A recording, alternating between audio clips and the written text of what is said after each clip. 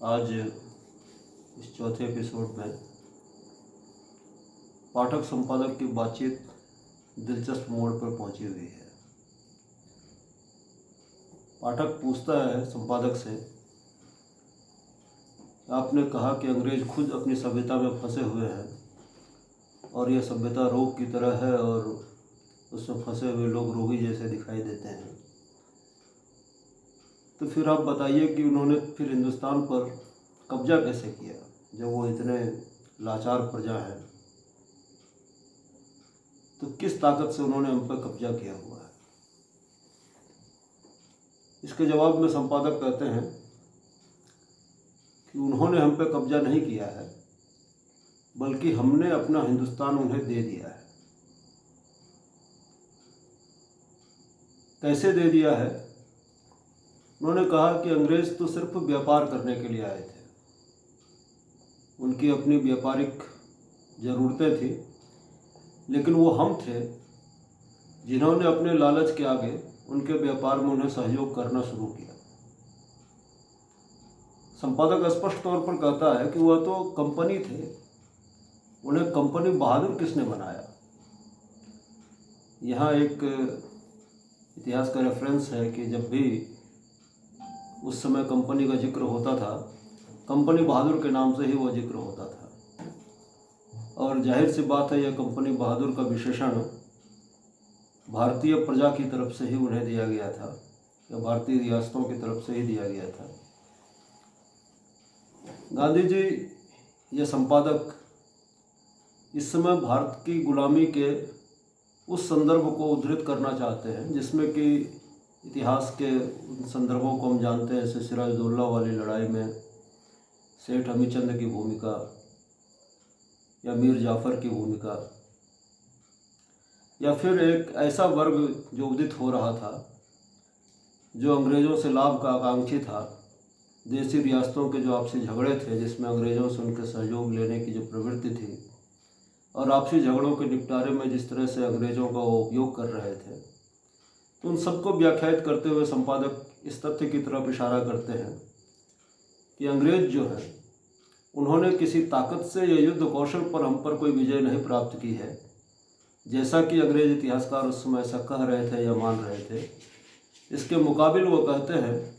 कि हमने अपने स्वार्थ और लालच के वशीभूत होकर के उनको अपना राज्य सौंप दिया है।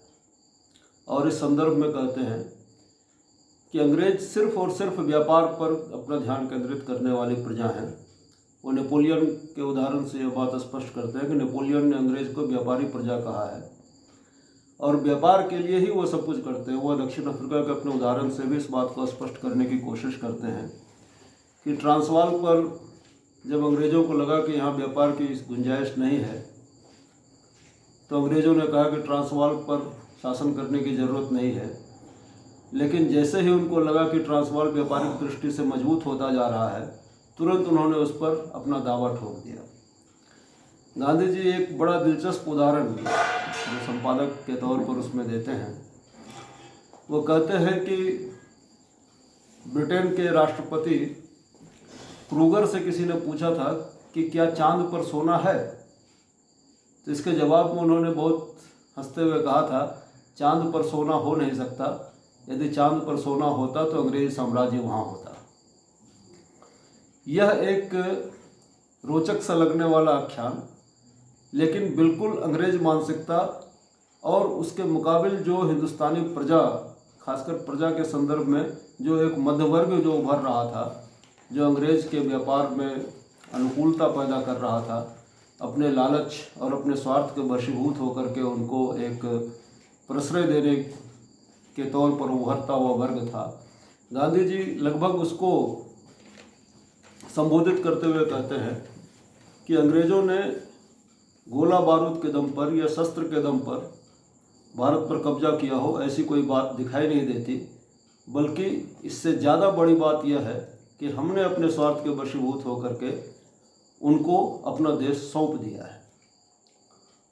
पाठक यहाँ तक सहमत होता है। पहली बार इस पूरी बातचीत में एक ऐसी बिंदु पर पाठक और संपादक पहुँचते हुए से दिखते हैं और पाठक कहता है कि आपकी बात मुझे सच प्रतीत होती है, इतिहास की यह बातें सच लगती हैं, लेकिन अब आप यह बताइए कि ठीक है कि हमने उन्हें दे दिया,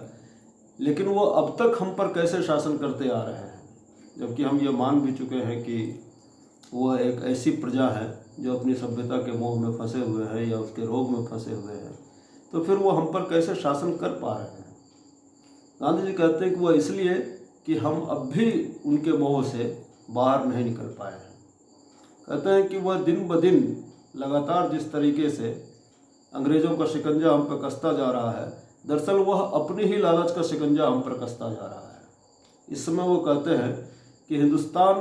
दरअसल अंग्रेज़ों का गुलाम नहीं, बल्कि धीरे धीरे अंग्रेजी सभ्यता का गुलाम होता जा रहा है। पाठक पूछना चाहता है कि सभ्यता का गुलाम होना क्या होता है और किस तरीके से हम ये मानते हैं कि हम धीरे धीरे अपनी इसी सभ्यता के मोह में फंसते जा रहे हैं। तो गांधी जी फिर उसका उदाहरण देते हुए कहते हैं कि दरअसल जब हमने यह मान लिया कि अंग्रेज़ हमसे एक बहादुर कौम है और इस तथ्य को भी मान लिया कि हम एक आलसी प्रजा हैं, उसी दिन से हम दरअसल अंग्रेज़ों को यहाँ टिकाए रखने के कारक बन गए, टिकाए रखने के हम उसमें सहयोग करने लग गए। यह मानसिकता दरअसल जो बन रही थी भारत में, हम जानते हैं कि यह लगभग पुनर्जागरण या नवजागरण की एक प्रचलित मान्यता थी कि अंग्रेज एक ताकतवर कौम है और उस कौम ने ताकत के दम पर हम पर विजय हासिल की। हम आत्मकथा के उस अंशों को भी देखें जब गांधी जी बचपन में मांस खाने के प्रयोग में रहते हैं और यही तर्क रहता है कि यदि हमको अंग्रेज़ों से लड़ना है तो अंग्रेज़ों जैसी ताकत हासिल करनी होगी। यह ताकत का जो एक नोशन बनता है जिसमें, और जिस तरीके से पूरे ब्रिटिश सेना ने अपने पूरे उपनिवेशिक जो उसकी कॉलोनी है वहाँ अपने आप को ताकतवर दिखाने के लिए जिन हथकंडों का प्रयोग किया कि वह एक लड़ाकू कौम है, वह एक लड़ने वाली प्रजाति है, उसके मुकाबिल गांधी जी बिल्कुल एक स्पष्ट शब्दों में उसको सिर्फ और सिर्फ एक व्यापारिक प्रजा जो अपने सिर्फ लाभ केंद्रित दृष्टि से सोचती है, उसमें युद्ध जैसा, युद्ध फिर भी एक सकारात्मक शब्द है और कई संदर्भों में युद्ध को एक माना गया है कि इतिहास की गति बढ़ाने के लिए वह एक आवश्यक तत्व होता है। लेकिन गांधी जी अंग्रेज़ों की किसी भी युद्ध संबंधी कौशल को या युद्ध संबंधी उसकी अपनी एक जो एक ताकत हो सकती है कि लड़ करके जीतने वाली प्रजा है, उसके मुकाबले वह सिर्फ एक लोभ और लालच केंद्रित प्रजा के तौर पर अंग्रेज़ों को स्थापित करते हैं। और उसमें एक बड़ा कारक, उनकी सफलता का एक बड़ा कारक भारतीयों की अपनी लोभ और लालच वृत्ति को देते हैं, जिसमें कि अपने कारण से अपने हितों को साधने में और अपने कुछ जो कॉन्फ्लिक्ट्स थे, वो कहते हैं कि हिंदू मुसलमानों में उस समय वैर था और इसका लाभ उनको मिला, देशी रियासतों के आपसी झगड़े थे उसका लाभ मिला, कुछ व्यापार की एक चमक थी जिसमें कि जल्दी पैसा कमाने की एक जो मध्यवर्गीय चाहत भारत में पनप रही थी उसका लाभ मिला। और इस तरीके से पूरा अंग्रेज साम्राज्य जो है, न सिर्फ हमने उनको दे दिया अपना पूरा देश, बल्कि उसको टिकाए रखने में भी मदद की। दूसरी बात जो गांधी जी कहते हैं कि आज जो हिंदुस्तान की हालत है वह इसलिए नहीं है कि हम किसी के गुलाम हैं या किसी के गोला बारूद के डर से हम एक प्रताड़ित प्रजा हैं, बल्कि जिस तरीके से हम इस मोह में लगातार फंसते जा रहे हैं। यहाँ पर एक गांधी जी अलग संदर्भों में धर्म की व्याख्या करते हैं। कहते हैं कि हिंदुस्तान धीरे धीरे धर्म भ्रष्ट होता जा रहा है, धर्म का तेज खोता जा रहा है। फिर वो तुरंत ही अपनी ही पंक्ति को आगे बढ़ाते हुए कहते हैं कि मैं उन प्रचलित धर्मों की बात नहीं कर रहा कि जिसे आप हिंदू, मुसलमान, पारसी या ईसाई धर्म के नाम से जानते हैं। वह धर्म तो है धर्म, लेकिन उन सबों के भीतर जो वास्तविक धर्म है, उस धर्म की बात करते हुए गांधी जी कहते हैं कि वह धर्म जो खोता जा रहा है उससे हिंदुस्तान की प्रजा पामाल होती जा रही है, कंगाल होती जा रही है। धर्म का सवाल 20वीं सदी के प्रारंभिक दशकों में एक बड़ा बहस तलब सवाल था और उस समय विज्ञान के पूरे केंद्रिता के कारण धर्म का सवाल लगभग हाशिए का सवाल था और ऐसी बातें हो रही थी कि धर्म जो है वह लगभग मनुष्य को पामाल बनाने वाली एक संस्था है, इसके मुकाबले विज्ञान और तर्क की बात की जानी ज़्यादा जरूरी है। मार्क्स ने उस समय लगभग यह कहा भी था कि धर्म जनता के लिए अफीम है। इसके मुकाबले गांधी जी कहते हैं कि दरअसल इन सवालों को वैसे कि धर्म का सवाल हल हो गया और विज्ञान का सवाल महत्वपूर्ण हो गया, इस तरीके से चीज़ों को यदि हम रिड्यूस करने लगें, इस तरह से चीज़ों को यदि हम देखने लगें तो वास्तविक तौर पर हमारी समस्याएं हमको समझ में नहीं आएंगी। उन्होंने कहा कि धर्म का जो ये मामला है, धर्म का जो वास्तविक तत्व है, जिसमें कि हम दुनियावी बातों से बिल्कुल अपने आप को बांधते हैं, मतलब दुनियावी बातों में खुद को सीमित करते हैं, लेकिन धार्मिक मामलों में खुद को आगे बढ़ाते हैं, खुद को खोल करके रखते हैं। यह दरअसल दर्शन के क्षेत्र में जिस उदात्तता की बात की जाती है कि एक उदात्त मानस होना चाहिए व्यक्तित्व का या मनुष्य का, जिसमें कि वह उन सवालों पर जो दर्शन के बड़े सवाल हैं उनसे वह टकराए, बजाय इसके कि दुनियावी सवालों से टकराने के, दुनियावी सफलता हासिल करने के। लगभग धर्म के उच्च अवस्था की ओर गांधी जी इशारा कर रहे हैं कि दरअसल यह जो एक व्यापारिक प्रजा और व्यापारिक प्रजा के आकर्षण में जो हमारा एक पूरा मध्य वर्ग फंसा हुआ है, पूरी जनता फंसी जा रही है, वह उन सवालों से बचना चाहती है जो धर्म के बड़े सवाल हैं, जो मनुष्यता के बड़े सवाल हैं, जो दर्शन के बड़े सवाल हैं। और उससे लगभग हम लोग एक गुलाम जैसी स्थिति में, गुलाम मानसिकता जैसी स्थिति में फंसते जा रहे हैं। तो पाठक इस पर बहुत असहज है। वो कहता है कि आप धर्म की बात करते हुए उसके पाखंड को भूल जा रहे हैं, और धर्म में तो जितना पाखंड हुआ है वह तो किसी संस्था में दिखाई नहीं देता है। गांधी जी कहते हैं कि ठीक है कि धर्म के पाखंड से मैं सहमत हूँ। जहाँ रोशनी होती है वहाँ परछाई भी होती है, वहाँ अंधेरा भी होता है, वो सारी चीज़ें आपकी सही है।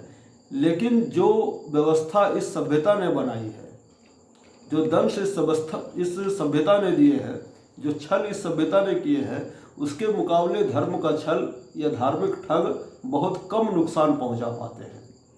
वो कहते हैं कि सभ्यता, जैसे मार्क्स ने कहा कि धर्म जनता के लिए अफीम है,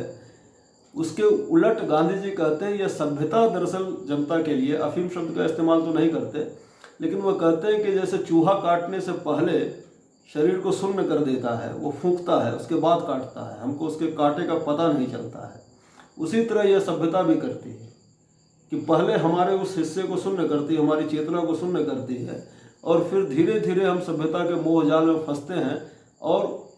जानबूझकर फंसते हैं, और उसकी वकालत करते हुए, उसका गुणगान करते हुए फंसते हैं। वो कहते हैं कि जिस तरह से इस सभ्यता ने जो नुकसान पहुंचाया है, तथाकथित सभ्यता ने, जिसकी चर्चा उन्होंने पिछले अध्याय में की थी, उसके मुकाबले धर्म का नुकसान बहुत कम हुआ है, धार्मिक पाखंड का नुकसान कम हुआ है। पाठक कहता है कि आप तो अंग्रेजों के आने से जो शांति व्यवस्था बनी है उसको भी नकार देंगे। गांधी जी आश्चर्य व्यक्त करते हैं कि यह आपको जो कानून के नाम पर शांति दिखाई देती है, यह एक मुर्दा शांति आपको पसंद आती है। यहाँ हमें ध्यान देना होगा कि अब भी शांति संबंधी विमर्श में दो किस्म की शांति की बात होती है, एक नकारात्मक और एक सकारात्मक शांति। और गांधी जी 20वीं सदी की शुरुआत में ही इस नकारात्मक शांति को पहचान रहे थे, जो कि कानून के दम पर या कानून व्यवस्था के नाम पर जो शांति स्थापित करने की बात कर रहे थे कि कानून का शासन होगा और शांति उससे उत्पन्न होगी, उसको गांधी जी बिल्कुल नकारते हैं और कहते हैं कि यह एक ऐसी स्थिति है जिसमें मनुष्य को नामर्दगी, वो नामर्द शब्द का इस्तेमाल करते हैं कि यह शांति मनुष्य को नामर्द बना रही है, उसमें किसी किस्म की चीज़ के प्रति प्रतिक्रिया करने का साहस जाता जा रहा है। वह पाठक और विचलित होकर के पूछता है, तब आप क्या कहेंगे कि पिंडारियों से जो हमें मुक्ति मिली, भीलों से जो हमें मुक्ति मिली, उसमें अंग्रेजों का कोई योगदान नहीं है, यह समाज एक शांत समाज नहीं बनता जा रहा है। गांधी जी कहते हैं कि यदि पिंडारी और भीलों से इस देश का पूरा नुकसान होना होता, यह देश कई बार समूल रूप से नाश हो चुका होता। भील और पिंडारी जो है, हमें इस तथ्य की ओर ध्यान देना होगा कि उस समय लगभग समूचे एक जो मध्यवर्ग की मानसिकता थी, वह भीलों और पिंडारियों के बारे में एक अतिरिक्त रूप से सचेत मानसिकता थी। वो मानते थे कि भारत में इस तरह की जो हिंसक प्रवृत्तियाँ, जाहिर सी बात है कि अंग्रेजों द्वारा बनाई गई ही एक सोच थी, जो उनका विपुल लेखन था अखबारों के माध्यम से और दूसरे प्रचार माध्यमों के माध्यम से। देखते हैं पहाड़िया विद्रोह उस समय भारत में हुआ था, और जिसमें आदिवासियों ने एक सशस्त्र विद्रोह अंग्रेज़ों के खिलाफ किया था। वो अंग्रेज़ों के खिलाफ से ज़्यादा उस छोटे छोटे गाँव में नए बन रहे साहूकार वर्ग के खिलाफ वह विद्रोह था, और हिंसक विद्रोह था जिसमें कई साहूकारों की हत्या की गई थी। उस हत्या के तरीकों को लेकर के अंग्रेजी अखबारों ने और अंग्रेजी लेखकों ने काफ़ी कुछ लिखा था, जिसमें कि कई भारतीयों की भी सहमति थी। उसमें कलकत्ता गजट को और अमृत बाजार पत्रिका के यदि उन रिपोर्ट्स को यदि हम देखें तो भीलों के उस विद्रोह के समय जो की गई हत्याएं थी उसको इस तरीके से बढ़ा चढ़ा करके लिखा गया था कि जैसे लगता था कि वह मनुष्यता के नाम पर कलंक हो, कि पहले हाथ काटा, फिर पैर काटा, फिर सर काटा। इस तरह से पूरा एक वर्णन किया गया था जैसे वह कोई साधारण हत्या नहीं होकर के एक ऐसा अमानुषिक और पैशाचिक हत्याकांड था भीलों के द्वारा किया गया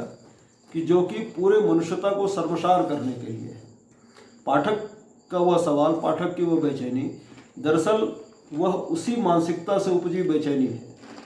जो कि उस तरह से अंग्रेजी जो प्रचार माध्यम थे जिसमें भारतीय भी लिख रहे थे, भारतीय मध्यवर्ग की भी उसमें सहमति थी। तो गांधी जी उसका निषेध करते हुए कहते हैं कि यह भील और पिंडारी जो है यह हमारे भाई है, और बिल्कुल स्पष्ट तौर पर इसको इंगित करते हैं। यदि उनका खतरा है तो उस खतरे से हम लड़ेंगे। हम जब तक इस बात को नहीं समझ पाएंगे और सिर्फ अंग्रेजों का मुंह जोते रहेंगे कि समस्या से हमें निजात दिलाइए, इस समस्या से हमें निजात दिलाइए, उस समस्या को जैसे ही हम तीसरे के पास ले जाएंगे, यह हमारे लिए अपने आप में डूब मरने की बात है कि अपने देश की इन बातों को, वो कहते हैं कि इसमें बुराई है, इससे मैं इनकार नहीं करता, धर्म में पाखंड है, इससे भी मैं इनकार नहीं करता, लेकिन ये सारा कुछ उस पाखंड से कहीं ज़्यादा अच्छा है जो पाखंड सभ्यता के नाम पर हमें दिया जा रहा है, जो हमें धीरे धीरे रुग्ण बना रही है, जो धीरे धीरे हमें गुलाम बनाती जा रही है, जो धीरे धीरे हमें आत्मिक रूप से कंगाल बनाती जा रही है। वह कहते हैं कि यह जो हिंदुस्तान है यह अंग्रेज के गुलाम नहीं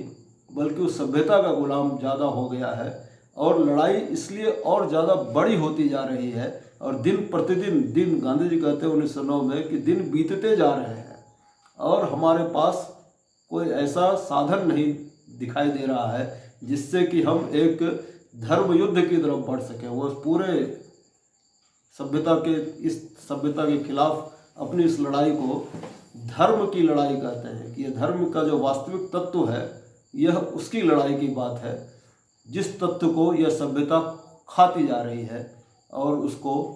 खत्म करती जा रही है।